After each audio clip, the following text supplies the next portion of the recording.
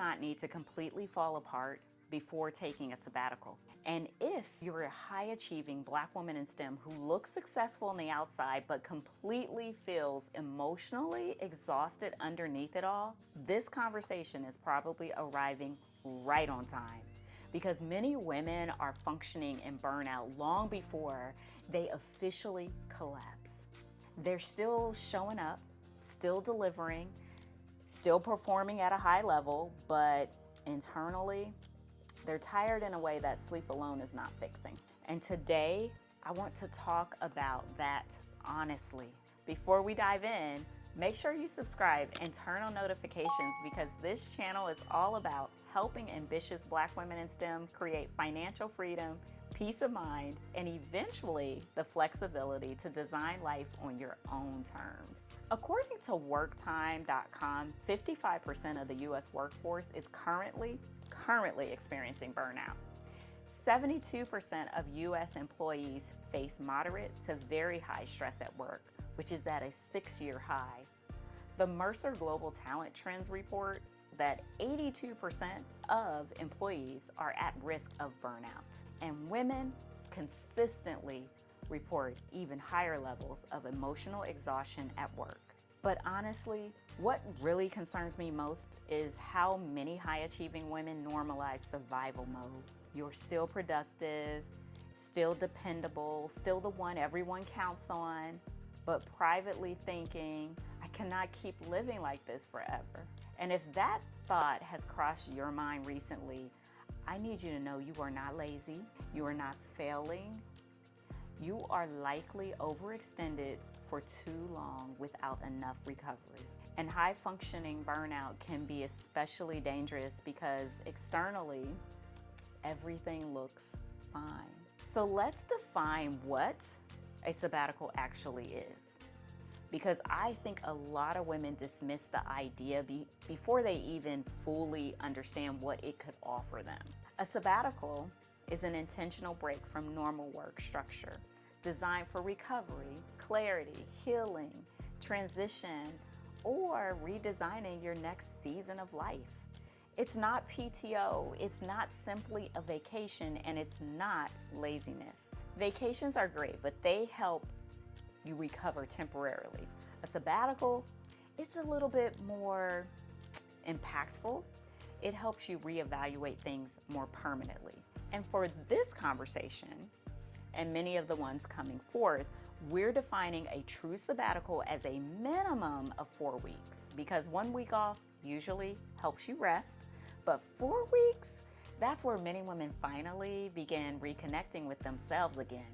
Their thoughts slow down, their nervous system settles, and they finally have enough space to ask, what do I actually want now? And I want you to think about this for a second. When was the last time you had uninterrupted space to hear your own thoughts outside of responsibilities?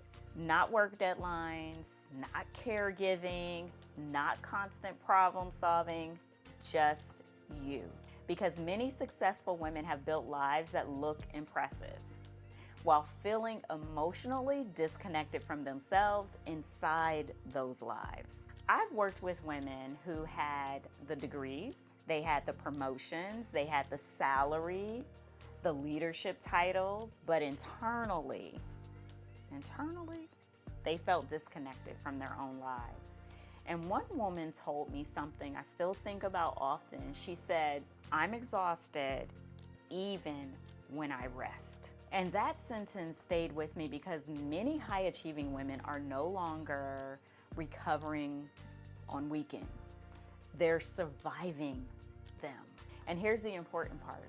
There is a window between functioning and full burnout. And that window, that's where intentional women start planning their exit from survival mode before burnout makes the decision for them. So let me walk you through what I call the 4 stages of sabbatical readiness. And as I go through these, I really want you to identify where you are, honestly. So stage 1 is exhausted. You're exhausted but still performing. You're tired, but you can still push through. And then people probably still see you as successful, right? And then you get to stage 2, emotionally detached from success. You're accomplishing things, but they're no longer feeling meaningful the way they used to. Now, stage 3 is like constant escape fantasies. You keep thinking about disappearing for a while, quitting, moving, taking a break, starting over. Not because you're irresponsible, because your mind is craving relief. And then we have stage 4, which is intentional sabbatical planning.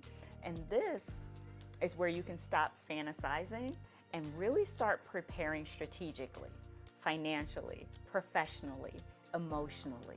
So ask yourself honestly, which stage are you in right now? And I'd actually love for you to comment your stage below, because I think many women believe they're alone in this, and they're really not. The women who benefit most from sabbaticals are often not the women who completely collapsed already, although they definitely can be helped, but they're the women who recognize this pace is unsustainable before burnout made the decision for them. And I really want women to stop believing they have to earn rest through complete emotional depletion. Peace is allowed to be proactive, not just reactive. So, if you already know your current pace is unsustainable and you want to create a sabbatical plan within the next 6 to 18 months, I'd love to help you map out what's financially and professionally possible for you. You can book a strategy session using the link below.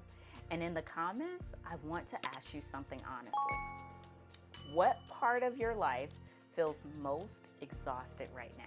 And make sure you watch the next video, because we're talking about the different types of sabbaticals. Because not every woman needs or wants the same kind of break. So we'll brainstorm. And remember, peace of mind is not just a dream, it's something you can plan for. See you later, Wealth Gap Closers.